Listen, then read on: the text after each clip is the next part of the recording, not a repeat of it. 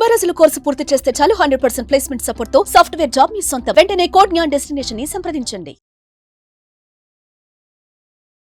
నమస్తే, welcome to Suman TV. నేను మీ anchor సరి. మార్చ్ నెలలో ద్వాదశ రాశుల వారికి ఎలా ఉండబోతుంది, వారు ఎలాంటి పరిహారాలు చేసుకోవాలి, వీటి గురించి ఇన్ డీటెయిల్గా మనతో చెప్పడానికి వేదిక్ ఆస్ట్రాలజర్ ఉమా గారు ఉన్నారు. వారిని అడిగి తెలుసుకుందాం. నమస్కారం గురుగారు. నమస్తే అమ్మా. ద్వాదశ రాశుల వారికి మార్చ్ నెలలో గ్రహ సంచారం ఎలా ఉండబోతుంది? అందరికీ నమస్కారం అండి. ఈ మార్చి నెల అంటే ఈ మాసంలో చాలా మార్పులు జరగబోతున్నాయి. ఎందుకు అంటే ఈ నెల ఆఖరిలో, ఈ మాసం చివరిలో శని యొక్క ట్రాన్సిట్ జరగడం వల్ల కొంతమందికి ఏలినాటి శని లేదా శని దోషములు పోతున్నాయి, కొంతమందికి శని దోషాలు పట్టబోతున్నాయి ఈ మాసం చివరిలో. అదేవిధంగా ఇదే మాసం చివరిలో 28, 29, 30వ తారీఖుల్లో షష్టగ్రహ కూటమైనటువంటిది ఏర్పడబోతోంది. దానివల్ల ద్వాదశ రాశులకి 12 రాశుల మీద కూడా ఈ యొక్క ప్రభావం అనేది తీవ్రంగా పడబోతోంది.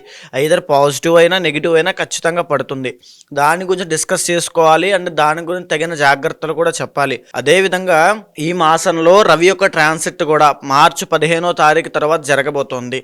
మార్చి 15వ తారీఖు వరకు కుంభంలో సంచరిస్తున్నటువంటి రవిగ్రహ సంచారము 15 తర్వాత మీనంలోకి ఎంటర్ అవ్వబోతున్నారు. కాబట్టి దానివల్ల కూడా కొంత మార్పులు అనేవి ఉద్యోగరీత్యా, పదవి యోగాల రీత్యా ప్రతి రాశికి కొన్ని మార్పులు జరగబోతున్నాయి. అయితే ఈ మాసము గ్రహ సంచారము చూస్తే వృషభంలో గురుగ్రహ బృహస్పతి సంచారము, మిథునంలో కుజగ్రహ సంచారము, కన్యలో కేతుగ్రహ సంచారము, కుంభంలో రవి శనుల యొక్క కంజంక్షను. రవి మార్చి 15 వరకు మాత్రమే కంజంక్షన్లో ఉంటారు, ఆ తర్వాత మీనంలోకి వెళ్ళిపోతారు.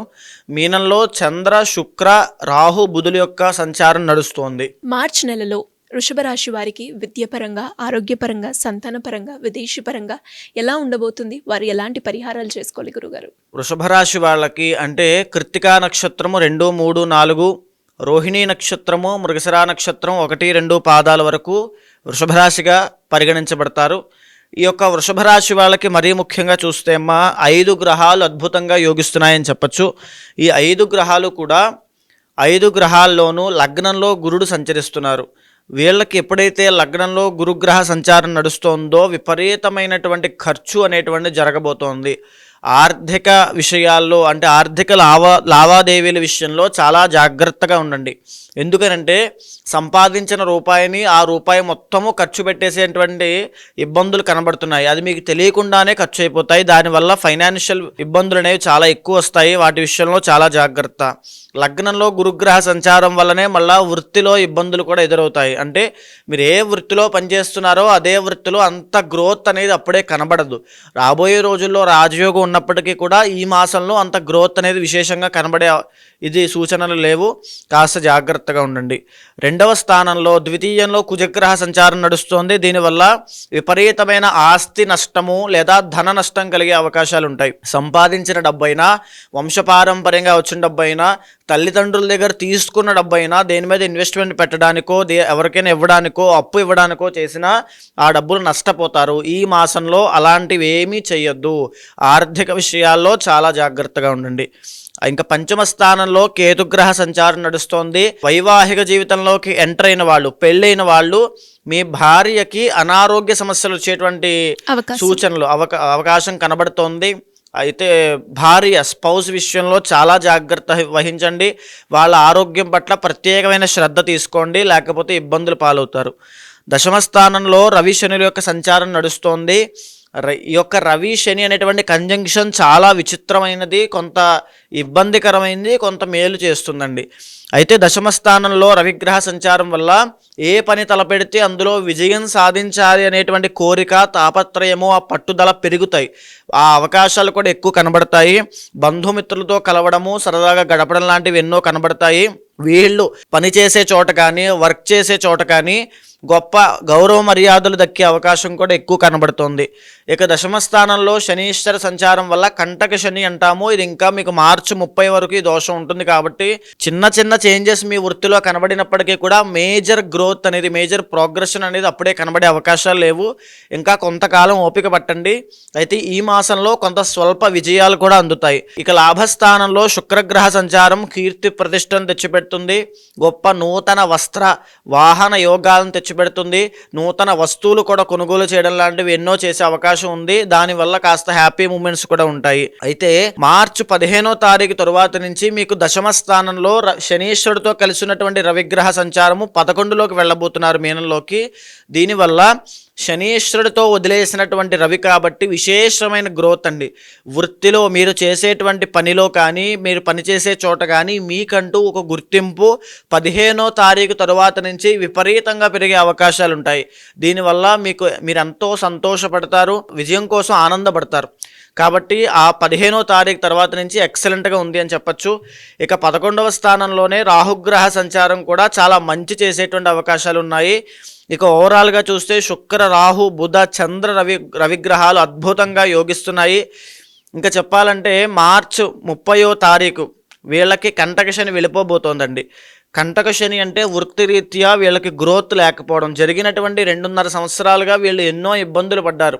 ఉద్యోగం లేక, ఉద్యోగంలో అభివృద్ధి లేక, జీతం రాక, జీతం పడినా సరిపోక చాలా ఇబ్బందులు పడ్డారు. వాటన్నిటికీ కూడా ఇది ముగింపు పలిగేటువంటి కాలము. మీరు ఆనందపడేటువంటి సమయం ఆసన్నమైందని చెప్పచ్చు. కాస్త ఊపిరి పీల్చుకోండి. అదేవిధంగా మీకు ఇంకొక శుభవార్త ఏమిటంటే మార్చి 30వ తారీఖు మాసం చివరన పట్టేటువంటి షష్టగ్రహ కూటమి మీనంలో పడుతోంది కాబట్టి అది వీళ్ళకి 11వ స్థానం అవుతుంది. దానివల్ల వీళ్ళకి అద్భుతమైన రాజయోగం పట్టబోతోందండి. షష్టగ్రహ కూటమి అందరికీ చెడే చేయదు, మంచి కూడా చేస్తుంది. అందులో ఫస్ట్ ఉండేటువంటి వాళ్ళు వృషభ రాశి వాళ్ళు. వీళ్ళకి ఈ మాసం చివరిలో అద్భుతమైన రాజయోగము, ధనయోగము, తరువాత చెప్పాలంటే గౌరవ మర్యాదలు గొప్పగా తెచ్చిపెట్టేటువంటి యోగము, మీ కీర్తి ప్రతిష్టలు వ్యాపించేటువంటి యోగము, పై వాళ్ళతో పలుకుబడి ఉన్న వ్యక్తులతో పరిచయాలు పెరిగేటువంటి గొప్ప యోగము పట్టబోతున్నాయి. అయితే ఇంకొక ముఖ్యమైన విషయం, మీ ఇంటర్నల్ జాతకంలో కనుక దోషాలు ఉన్నాయి అనుకోండి, ఖచ్చితంగా ఈ యొక్క యోగాన్ని పరిపూర్ణంగా అనుభవించలేకపోవచ్చు. కాబట్టి మీ ఇంటర్నల్ జాతకం చూసుకోండి. D1, D9, D10 చార్ట్స్ చూసుకుని దశాంతర్దశల ద్వారా ఏవైనా దోషాలు ఉంటే వాటికి తగిన శాంతి పరిహారములు ఆచరించండి. ఇక్కడి నుంచి మీకు రాజయోగం పట్టే సమయం ఆసన్నం అవుతోంది కాబట్టి దాన్ని పరిపూర్ణంగా అనుభవించండి. ఇక్కడి నుంచి మీకు మంచి రోజులు రాబోతున్నాయని చెప్పచ్చు.